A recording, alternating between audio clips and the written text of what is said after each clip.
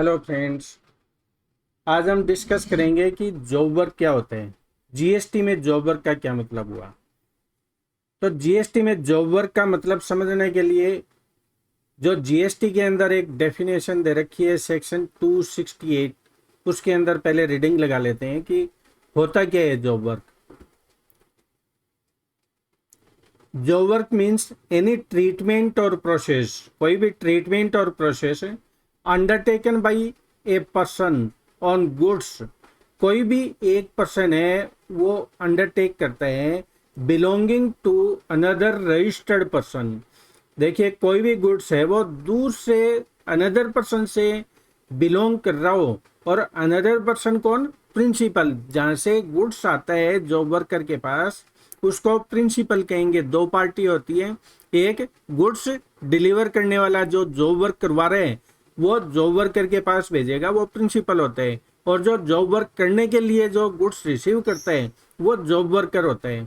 तो प्रिंसिपल है वो अनदर पर्सन के पास जॉब वर्क करवाने के लिए भेजेगा, सेंड करेगा उसको, वो रजिस्टर्ड पर्सन होगा। तो एक कंडीशन हो गई कि रजिस्टर्ड पर्सन होगा तो ही वो जॉब वर्कर होगा, अदरवाइज वो जॉब वर्कर नहीं होगा। अनदर पर्सन होगा, प्रिंसिपल है, खुद अपनी ही बिल्डिंग के अंदर या अपनी ही प्रीमिजेज के अंदर अपने नाम से वो रजिस्ट्रेशन करवा कर, या उसको ये नहीं कह सकता है कि मैंने अपने आप ही वो जॉब वर्क कर लिया। दो डिफरेंट पार्टी होनी चाहिए।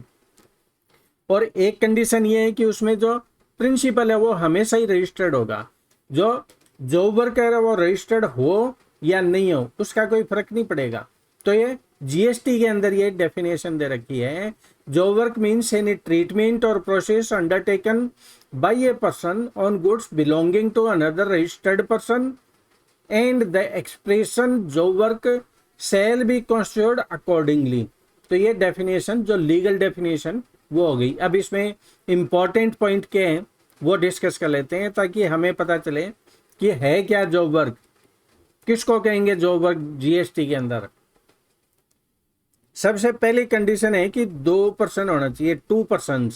अगर 2 पर्सन होंगे तो ही वो जॉब वर्क होगा, क्वालिफाई करेगा वो जॉब वर्क, अदरवाइज वो जॉब वर्क की कैटेगरी में ही नहीं आएगा। The goods should belong to another registered person. जो गुड्स होगा जिसके ऊपर जॉब वर्क होगा वो अदर पर्सन होगा और वो रजिस्टर्ड पर्सन होगा। इट मीन्स कि हमेशा ही प्रिंसिपल रजिस्टर्ड पर्सन होगा तो ही वो जॉब वर्क की कैटेगरी के अंदर आएगा, उनका कॉन्ट्रैक्ट अंडर जीएसटी, अदरवाइज वो जॉब वर्क है ही नहीं। एक अनरजिस्टर्ड पर्सन किसी दूसरे अनरजिस्टर्ड पर्सन से अगर कोई वर्किंग करवाएगा तो वो जॉब वर्क की कैटेगरी में नहीं आएगा, ये क्लियर है। रजिस्टर्ड पर्सन होना चाहिए, प्रिंसिपल है जो जीएसटी में रजिस्टर्ड, अदरवाइज वो जॉब वर्क है ही नहीं। अगला देखते हैं, ट्रीटमेंट और process to be undertaken on said goods shall be by the job worker whether registered और नॉट। इसका क्या मतलब हुआ कि जो जॉब वर्क है वो या तो रजिस्टर्ड हो सकते हैं जीएसटी के अंदर या नहीं भी हो सकता है, दोनों ही कंडीशन है, या तो रजिस्टर्ड है या नहीं रजिस्टर्ड है। लेकिन प्रिंसिपल हमेशा ही रजिस्टर्ड होगा, प्रिंसिपल हमेशा ही रजिस्टर्ड होगा। तो प्रिंसिपल है वो तो हमेशा ही रजिस्टर्ड पार्टी होगी। जॉब वर्कर चाहे वो रजिस्टर्ड हो या नहीं, दोनों ही कंडीशन हो सकती है। अगला देखते हैं, the job worker in addition to the goods received from the principal can use his own goods for providing the service of job work. इसका क्या मतलब हुआ? जॉब वर्कर अपने प्रिंसिपल से जो गुड्स रिसीव करता है उसके अलावा भी अगर मान लो कहीं रिक्वायरमेंट होती है तो जॉब वर्कर है वो अपना गुड्स भी उस जॉब वर्क में यूज में ले सकते हैं। जरूरी नहीं कि 100% प्रिंसिपल जो गुड्स सप्लाई करेगा उसी से वो जॉब वर्क करेगा। अगर सपोर्टिंग कुछ मान लो एडिशनल रिक्वायरमेंट होती है कोई गुड्स की तो जॉब वर्कर खुद भी उसको यूज में ले सकते हैं। तो जॉब वर्कर के पास या तो प्रिंसिपल से आएगा गुड्स या खुद भी वो यूज में ले सकते हैं।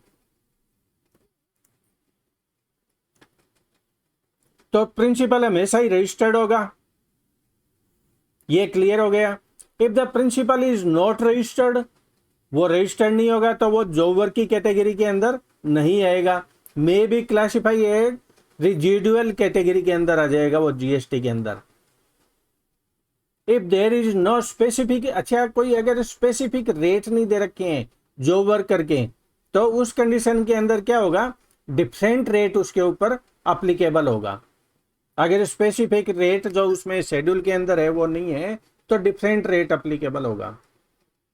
The job work provisions are facilitated procedures enumerated in law, SSC has, अच्छा जॉब वर्क का जो एक फैसिलिटी दे रखी है लॉ के अंदर, एक फैसिलिटी है, आप चाहे तो जॉब वर्कर के पास विदाउट जीएसटी चार्ज किए आप गुड्स ट्रांसफर करवाइए, उससे ट्रीटमेंट करवाइए, उससे वर्किंग करवाइए, उसके बाद आप वापस रिसीव कर लीजिए। एसएससी है चॉइस, अगर एसएससी चाहे तो ऐसा कर सकता है, इस बेनिफिट को यूज में ले सकते हैं, फैसिलिटी को यूज में ले सकते हैं। अगर वो चाहे कि नहीं मेरे को जॉब वर्क वाली फैसिलिटी नहीं लेनी है तो वो उसका ऑप्शन है, फिर वो रेगुलर परचेज सेल में जाकर अपनी वर्किंग करवा सकता है। तो ये इंपॉर्टेंट चीज हो गई। उसके अलावा एक दो पॉइंट और इसमें इंपॉर्टेंट है, मैं बता देता हूँ आपको। जो कॉन्ट्रैक्ट मैन्युफैक्चरिंग है, कॉन्ट्रैक्ट मैन्युफैक्चरिंग क्या होता है कि रॉ मटेरियल सप्लाई कर देता है किसी सेकंड पार्टी को, और जितना भी उसके अंदर लेबर वर्किंग है वो सारी वही करते हैं। तो क्या कॉन्ट्रैक्ट मैन्युफैक्चरिंग है वो जॉब वर्क में आएगा? यस, वो भी जॉब वर्क में आएगा। Another question that arises are the here is the whether principal getting his goods manufactured through contract manufacturing can be allowed to take benefit of these provisions। जो कौन से provision का benefit की बात कर रहे हैं, जो जॉब वर्क के प्रोविजन, जॉब वर्क के प्रोविजन क्या है कि विदाउट जीएसटी चार्ज किया आप अपने जॉब वर्कर को, चाहे वो रजिस्टर्ड हो या नहीं हो, उस जॉब वर्कर के पास गुड्स अपना सप्लाई कर सकता है। ये प्रोविजन, उसका प्रोविजन अगर वो कॉन्ट्रैक्ट जो मैन्युफैक्चरिंग है उसको भी वो अलाउड है। इफ द अगर उसका जो रॉ मटेरियल की जो ओनरशिप है वो प्रिंसिपल के पास होनी चाहिए, फिर वो जॉब वर्क का जो गुड्स है वो जॉब वर्कर के पास सेंड कर सकते हैं। कई बार सिचुएशन ये आती है कि जो प्रिंसिपल होता है वो गुड्स अपने बिहाफ पर परचेज करता है और कहीं से, और सप्लायर को ये कहता है कि आप मेरे को मत भिजवाइए, डायरेक्ट उस जॉब वर्क की प्रीमिजेज या जो प्रीमिजेज है उसके ऊपर आप माल डिलीवर कर दीजिए। प्रिंसिपल है वो अपने पास गुड्स को मंगवाता ही नहीं, अपनी मेन जो प्रीमिजेज है, जो रजिस्टर्ड प्रीमिजेज है वहां नहीं मंगवा कर डायरेक्ट वहीं डिलीवर करवा देता है। तो क्या उस कंडीशन के अंदर, पहला क्वेश्चन तो ये, क्या ये अलाउड है प्रोसेस? यस, ये अलाउड है। प्रिंसिपल चाहे तो सप्लायर से डायरेक्ट जॉब वर्कर के पास गुड्स सेंड करवा सकते हैं। उसके बाद उसका आईटीसी किसको मिलेगा? अगर सेक्शन 16 की जो रिक्वायरमेंट है, जो आईटीसी की प्रॉपर बिल होना चाहिए, ये सारी चीजें उसकी अगर वो फुलफिल करते हैं तो प्रिंसिपल को उसका आईटीसी मिल जाएगा, कोई कंफ्यूजन नहीं है। उसके अलावा कई बार जैसे पैकिंग हो गई या रीपैकिंग हो गई, टेस्टिंग हुई, इंस्पेक्शन हुआ, लेबलिंग हुई, इस टाइप की जो वर्किंग है, क्या ये भी जॉब वर्क के अंदर आता है? यस, ये भी जॉब वर्कर के अंदर आता है। जॉब वर्कर की जो फैसिलिटी है, जो फैसिलिटी विदाउट चार्जिंग जीएसटी उसको सप्लाई करके ये ट्रीटमेंट उससे करवा सकते हैं, तो इसमें भी कोई प्रॉब्लम नहीं है, अनदर पर्सन से करवा सकते हैं।